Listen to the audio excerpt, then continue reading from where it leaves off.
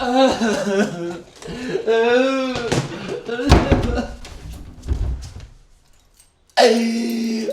the humanity! How was the gig? That good, huh? I, a young musician, have made a grave mistake that will have done irreparable damage to my career. Oh, if only somebody told me that I could learn from the mistakes of those who came before, thus avoiding unnecessary turmoil. Oh, the agony my soul doth endure this day. What was that about? It will serve as a good intro for your video.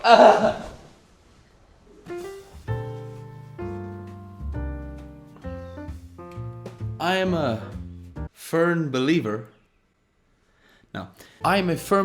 in the idea that you can learn from other people's mistakes. If you can avoid hitting your head against the barn famously struck by the head of Jerome McDenton head, that's a true story, don't look it up, you'll be better off. You, sir or madam, you might be young, but you are very original and need not copy other people's mistakes. You can make all new original mistakes unique to you. All the examples I'll be discussing in this video emerge in so many musicians' stories, and I believe they should serve as cautionary tales. So you are a young individual entering into the wild world of the music industry. Maybe you've even played a gig or two. You might be tempted to think that you have done all the growing you could possibly do after your exploits. Lies! Filthy lies from the enemy. Any musician worth his or her salt fights through the ceilings presented to them by their current abilities. Unfortunately, it is quite simple. Practice. Now I know at this point a bunch of people have already clicked away from this video because we want 5 quick hints and tips to fast track you to a successful music career. And I am the 100th person today to tell you that practice is important. Yes, you may have heard it a billion times, but I'm willing to bet that like most musicians, including myself, you have been neglecting regular practice. Now I'm not saying adopt a rigorous 5-hour-a-day practice regimen right away. Take an hour. But I'm talking focusing on your shortcomings and pushing yourself. Learning songs you can't play and choosing hard projects and chipping away at them little by little. Again, not jamming, not sitting down for an hour and playing the licks you're already comfortable with, but finding some good, challenging enough practice routines. Thing number 2, practice and rehearsals are not the same thing. Now let's say you've gotten your foot in the door with a band or a session gig or an opportunity where you'll be working not only with other musicians but with their time. In a musical experience larger than the sum of its parts, the first time you get together in the same room, you do not want to be figuring out your guitar parts for the first time. In my musical journey, I've been fortunate enough to work with many musicians, most of whom are way more experienced than I am. Trust me when I say you'll save yourself many restless nights agonizing about the previous day if you just practice your solos beforehand and show up prepared. Now this applies mostly to situations where the music has already been written or arranged and has been worked on and you are just there to perform or record the music on that day. Of course, there are more informal situations, jam sessions and writing sessions, but even to those you never show up unprepared. That'll segue nicely into thing number 3, unpreparedness leads to time wasting. One place that always demands a fairly tomfoolery-free zone is the studio. Let's say you just got booked for your first session gig with an artist in need for a guitarist for their new EP. Or potentially your band has finally decided to do something with those only somewhat coherent songs your lead vocalist wrote when his girlfriend left him, because don't they always?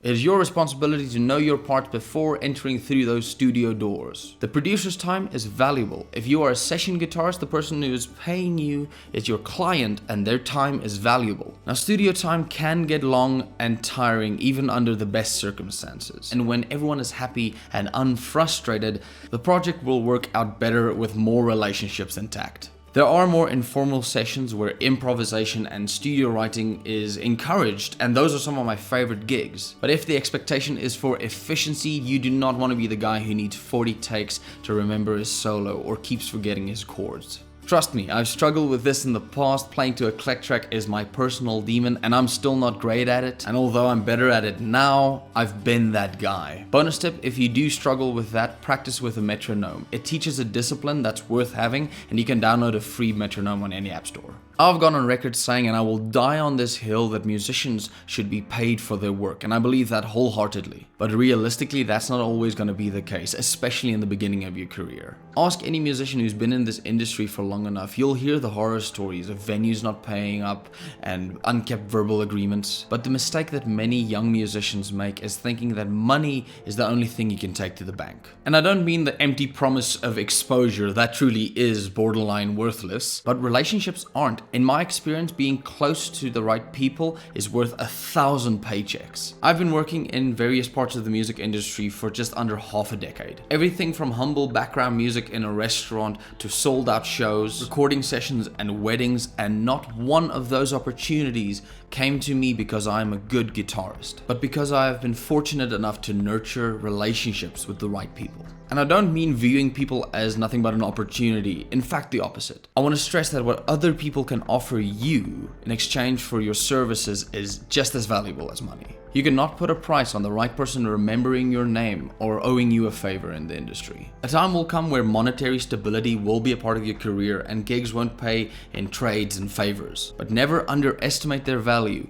and overestimate yours. Okay, so now you've started practicing daily and doing gigs and networking. Maybe you're still trying to figure out if music should be your full-time career or just a hobby. But you want to pursue this, and you remember an old, seemingly wise man telling you that you'll never be able to feed a family without a degree. Lies! Lies from the enemy! I should clarify, it depends on what part of the industry you want to be a part of. If you plan on working within music academia or being a classically trained session musician playing for full harmonic orchestras or within the jazz community, you might want to pursue some form of formal education. But do know that most professional musicians and people working within the music industry don't have degrees in music. You can learn the important music theory, and there is important music theory from alternative sources, and do your own research. Again, you'll find that the relationships and the practical skills learned during a formal education are the things that are going to serve the modern musician, not the piece of paper. I cannot stress this enough. There is immense value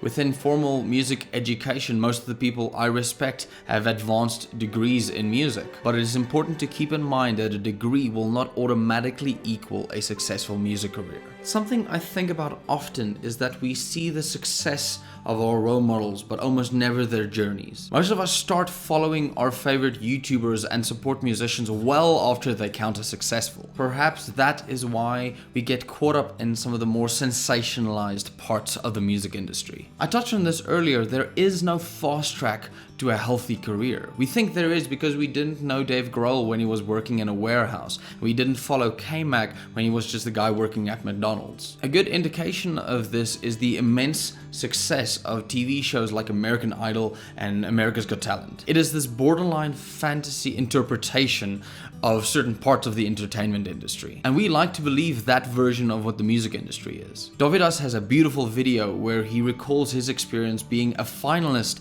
on his country's version of the Got Talent format. And unsurprisingly, it's not a tale of great experiences and flashing lights. I'm not saying that these parts of the industry are just hollow shells. I do think there is some merit, and if you want to enter a reality TV show, do it. I'm saying be aware, not only that it is not always as it comes across on TV, with heavy editing and the agendas of producers and record labels and very smart marketing teams, but also be aware that those glamorous avenues aren't the only paths to success within the entertainment industry. And if fame is all you're looking for, it'll take a great emotional toll on you and give very little in return. Speaking of the business end of the music industry, you do gig? Yes, please. Money? No. Food? No, but if you bring enough people to the venue, we'll let you drink from the bathroom tap. In the early stages of your career, this is how most business transactions will go. But later on, it's really important to be aware of the fine print and even more aware of the lack thereof. Is the payment for the gig agreed upon? Are you receiving it beforehand or after the completion of the gig? Does your payment depend on how many people are coming to the gig or how many people buy from the bar, or is it a flat rate? Always have these awkward discussions early on. This also counts for professional relationships, not only with venues and clients, but fellow musicians and partners. If you are unsure about the parameters of your professional relationship, have a conversation. Most musicians, even though there's this uncomfortable feeling about discussing money, don't mind talking business. In fact, the more professional the musician, the easier they are to deal with in this respect. I think the reason it is so hard for us is because music and art is such a big part of our souls. It's almost like we don't want it to be a business. You're a creator. You didn't pick up a guitar the first time because you wanted to get a paycheck. You wanted to create. Always know what is expected of you. I keep looping back to relationships, and most relationships within your career will be fairly parallel. I always encourage especially younger musicians to seek out people that they can learn from. Every musician has something you can learn from his or her experience, no matter how long you've been in the music industry. Adam Neely said it beautifully when he was on Mary Spender's channel once. It is really important to remember that there is wisdom outside of your own. Out of all the mistakes musicians have made in the past that we can learn from, perhaps the biggest is forgetting why you're doing this, why you're practicing, why you're growing, why you're watching this video. Whether you're in the middle of an advanced degree or playing pub gigs for almost no money or struggling to get your YouTube channel off the ground, never forget what made you decide to pursue music in the first place. I believe a creator has to create. I had a conversation with fellow YouTuber Jeffrey Moffat. Go check out his channel, he has great content. The hard thing isn't the grind itself, it's the patience. Again, people sometimes forget that a career takes time. Never forget why you started making music.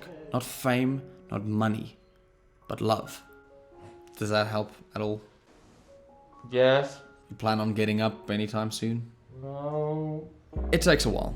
This job isn't easy. I haven't worked everything out, but I've learned so much and gained insight from studying the lives of those who came before. And I hope that some of this video has helped you, either as a cautionary tale or as a reminder that you are not alone. Please consider subscribing if you feel like it. I'd love to hear about some of the things you've learned in your musical journey. You never know, a mistake you've made could save someone's career. Thanks again for watching. Now, go away. You're distracting me with your beautiful, beautiful face.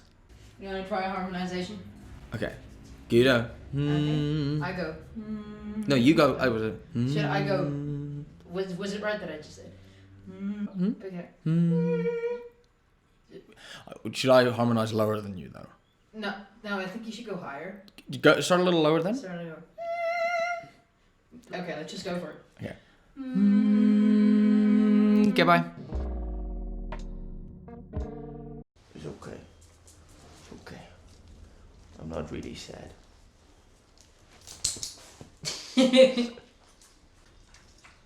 Go.